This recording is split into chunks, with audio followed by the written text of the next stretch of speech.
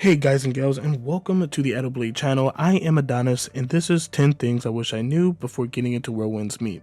Starting at number 10, don't ignore your oddities. Collecting oddities in this game happen to be very important. There is a skill tree that contributes to your oddity collection. They are not just regular collectibles if you're coming from typical games. This gives you the ability to have passive increases to your character overall across the board. Everything from damage, health, endurance, to even some very specific skills that are needed for transportation are all in that skill tree. In order to access this skill tree at any point in time, west of the first Wayfarer that you interact with is a character named Qi Shang. Now you will be introduced to this character in the beginning of the game when you get the first mystic skill Tai Chi from the bear that is trying to get the honey from the beehive. However, a lot of people end up missing this skill tree and its importance. And so before we even get started and get into the nitty-gritty, I want to reiterate that this is vital. Please do not ignore the oddity exchange tree. It is a lifesaver. Number 9, choose your weapons wisely and take advantage of the weapon trial before the still store.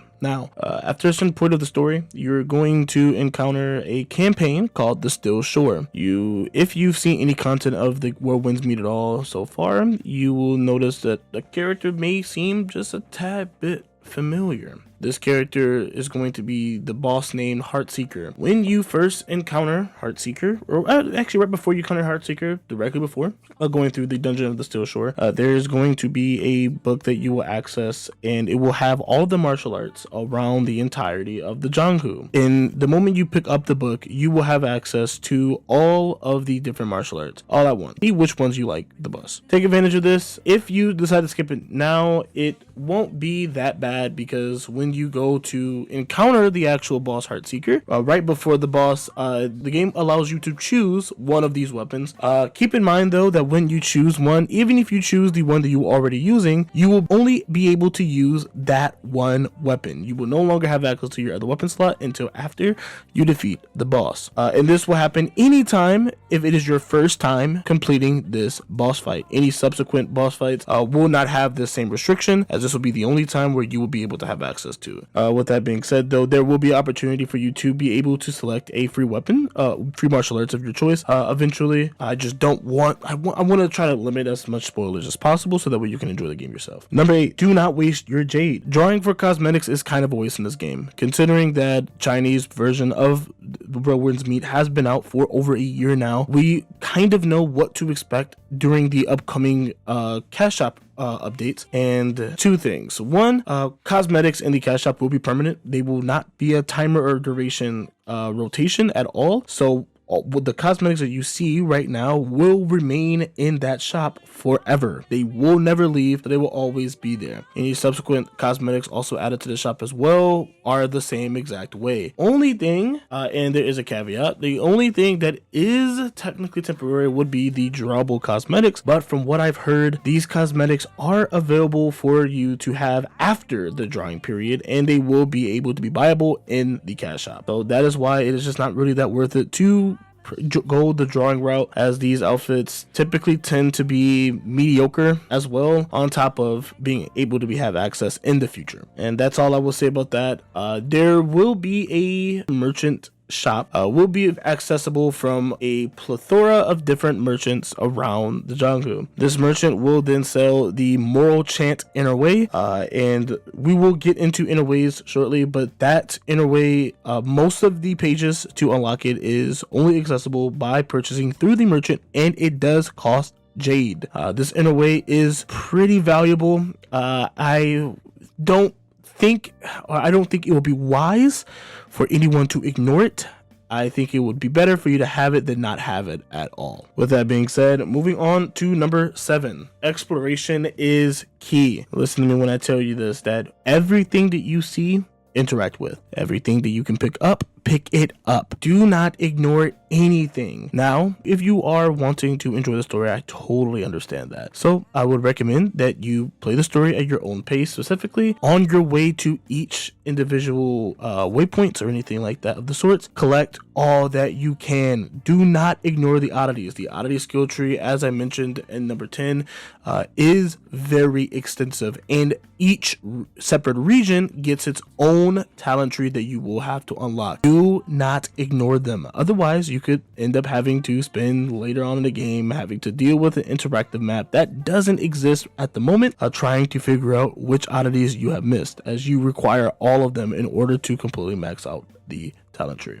For the oddities specifically. All right, number 6, acquiring Mista skills. There are a couple of Mista skills that I would recommend in the beginning of the game. I will cover acquiring all of the Mista skills and where to obtain them, any nuances that I deal with myself, and things to avoid and that such in another video independently. As there are too many Mista skills to cover in just this one section of the video, I will instead be going over a couple of Mista skills that I recommend that you obtain that are attainable in the very first region with little to no effort. When you finish Shrine, once you're there, you are able to acquire Leaping Toad. That is a very powerful early on mystic art that I recommend you obtaining. You will also be able to obtain a part of another mystic skill called Lion's Roar. Now this is obtained by ringing 4 bells around Kinge specifically. They are very unique bells. They are very big as well. You can't really miss them when you see them. And when you ring all 4 of them, you will obtain Lion's Roar. Another one is going to be Cloud Step. You obtain this during one of the dungeons that is accessible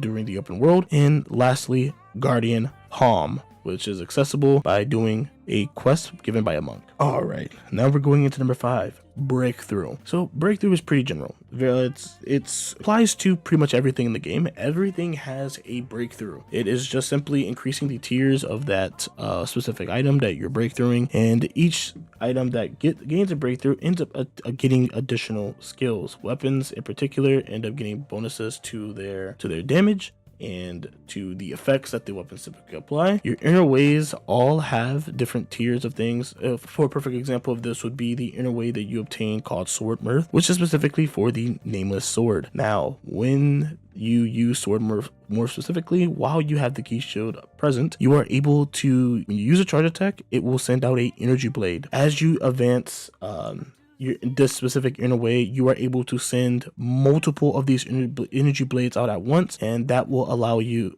to get the most damage out of the nameless sword, and that is what makes inner ways so powerful. We will get into it more in depth than that, but that's just to give you an example of breakthroughs and their effectiveness. Moving on, you will probably have noticed, especially because I've said it already previously, but there are tons of different weapons, and honestly, in my opinion, the classification of these weapons are actually kind of mislabeled. So in general, when it comes to typical RPGs, MMORPGs, and action RPGs of the sorts, there are class systems such as, like your warrior, your tank, your healer, or like with the warrior specifically, be like your DPS. And now the game does have these classifications on the weapons appropriately labeled typically. However, when it comes to weapons such as like the tank weapons, in quotations of course, such as the Stormbreaker Spear and the Thundercry Blade, these weapons are not really much of a tank weapon per se in your solo world, but more of a way of giving you increased survivability, additional healing if you're playing by yourself, and ultimately these are just a good pair of weapons to have when you're on your own, especially when it comes to the increased difficulty of legendary. Lower difficulties, probably you won't need to really worry about the classifications, at least from my experience.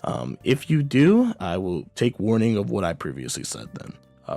I personally cannot speak on the lower difficulties. I do know that it is significantly easier than the legendary difficulty. So if you believe that you're not having enough fun on the legendary difficulty, then I will recommend switching down. With that being said, all right, number 3, we're getting into sects now. There are currently 4 sects that are available to join in the game, with many more to be added later. Every sect will have a unique weapon that you will obtain when you join it, that gives you an instant unlock to that weapon. Yes, this means that you are able to join a sect, leave one, and join another, in order to obtain most of the weapons in the game. However, there are a couple of caveats. One, when you leave a sect after you join it, you are put on a 7-day restriction period. So you are not able to rejoin that sect that you left until 7 days have elapsed. Other than that, that is actually the only real drawback.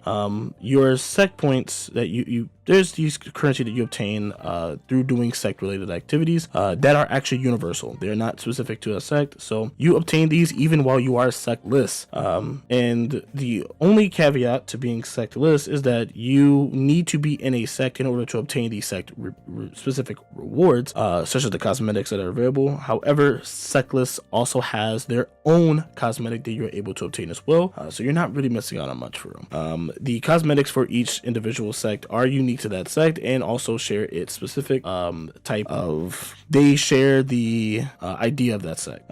And yeah, that's pretty much about it. That pretty much covers sects. There's not really much to it. Each sect does have its own specific rule set that you will have to follow. I didn't really think I needed to go over that because you will see it when you join it, but there will be rules that you will have to follow per sect, and they have to be followed to the T. Otherwise, if you fail to commit to these rules once per week, or not once per week, sorry, but if you fail to follow these rules weekly or even daily for some of them, you could eventually be removed from the sect. With that being said, all right, number 2, watch your inventory. Now, this is really high up on the list because this is very important. There are going to be items that you will obtain that will need a specific required weapon of some sort that you may not be able to obtain anymore.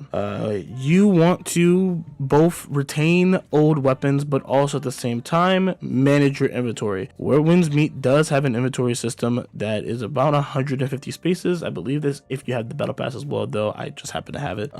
So I'm not totally sure, but it is a lot of space, but at the same time not a lot of space. Now, this bag is only consistent of your gear pieces, your other items such as your consumables and any other consumable items specifically all have infinite space, so you don't have to worry about managing that specifically. This is primarily just with main inventory gear space that you have to manage, and it's very important that you do, because if it is full, unbeknownst to you of course, when you go to pick up gear, you will not acquire it, or at least some of it will be acquired, but others will be lost forever, and you won't be able to have access to it. These are typically rewards that are given by bosses, so if you kill a boss and then you get the rewards from that boss, you won't obtain those. And no, yes, you will obtain those, but they'll be sent to your letter actually. But any items that you try to pick up while in the open world will be lost. All right, moving on to number 1, how to get stronger. You can get stronger in various different ways, primarily by increasing your combat mastery. Your combat mastery is essentially your overall gear score,